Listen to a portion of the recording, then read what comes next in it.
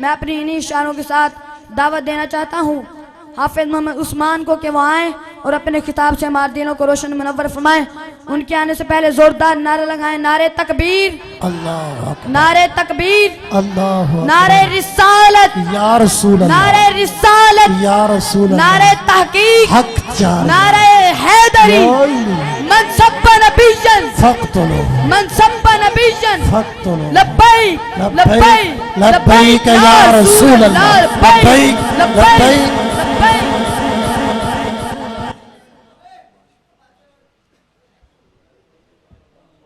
बिस्मिल्लाहिर्रहमानिर्रहीम वरफ़अना लका ज़िक्रक सदक़ल्लाहुल अज़ीम। अस्सलातु वस्सलामु अलैका या सय्यदी या रसूलल्लाह व अला आलिका व अस्हाबिका या सय्यदी या हबीबल्लाह। अस्सलातु वस्सलामु अलैका या सय्यदी या इमामल अंबिया वल मुरसलीन व अला आलिका व अस्हाबिका या सय्यदी या जद्दल हसन वल हुसैन। करम के बादल बरस रहे हैं, करम के बादल बरस रहे हैं, दिलों की खेती हरी भरी है। करम के बादल बरस रहे हैं, दिलों की खेती हरी भरी है। ये कौन आया कि जिक्र जिसका नगर नगर है, गली गली है। सामीने मोहतरम, अस्सलामु अलैकुम वरहमतुल्लाहि वबरकातुहू। कुरान मजीद अल्लाह ताला की वो अजीम किताब है जिसमें अव्वल से लेकर आखिर तक, अज़ल से लेकर अब्द तक, इब्तिदा से लेकर इंतहा तक हर चीज़ का जिक्र है। इसकी सदाकत को कोई जुटला नहीं सकता। दिन और रात में कोई लम्हा ऐसा नहीं जिसमें इसकी तिलावत ना होती हो। मगर इस अजीम किताब को समझने के लिए दरे मुस्तफ़ा की हाजिरी ज़रूरी है। जैसा कि कुरान मजीद ने नमाज का हुक्म तो दिया मगर ये ना बताया कि कैसे पढ़ो। हमारे प्यारे नबी सल्लल्लाहु अलैहि वसल्लम ने नमाज को पढ़कर दिखाया कि ऐसे पढ़ो। इसी तरह कुरान मजीद ने ज़कात का हुक्म तो दिया मगर इसकी मुकम्मल तफसील हदीस मुस्तफ़ा से पता चली।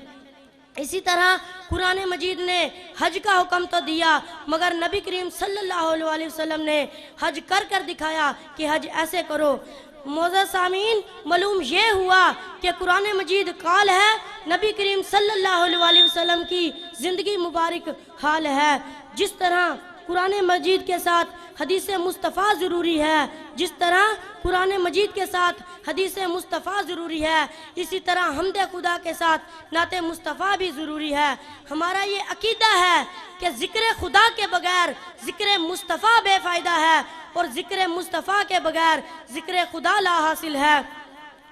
और अल्लाह इस तरह कि अगर कोई इंसान लाख मरतबा ला इलाहा इल्लल्लाह पढ़ता रहे, मुसलमान नहीं हो सकता जब तक उसके कल्ब व ज़ुबान पर मुहम्मदुर रसूलुल्लाह की मोहर ना लग जाए।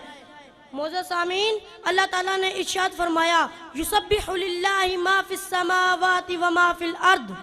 ज़मीन और आसमान की हर चीज़ अल्लाह ताला की तस्बीह बयान करती है, सब उसी को याद करते हैं। कोई आसमान में हो या ज़मीन में, कोई बुलंदी में हो या पस्ती में, कोई मशरिक में हो या मगरिब में, कोई शमाल में हो या जनूब में, कोई इंसान हो या जिन, चिरिंद हो या परिंद, जमादात हो या नबातात हो। फरमाया महबूब, सारी खुदाई मेरा जिक्र करती है, मैं खुदा होकर तेरा जिक्र करता हूँ। वरफ़अना लका ज़िक्रक।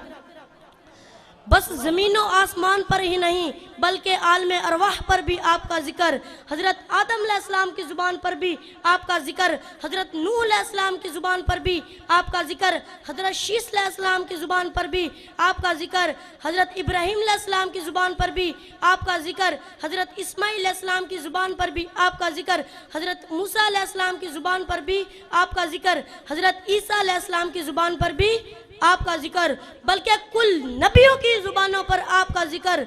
और तुरात में भी आपका जिक्र, ज़बूर में भी आपका जिक्र, और इंजील में भी आपका जिक्र, और कुरान मजीद में भी आपका जिक्र।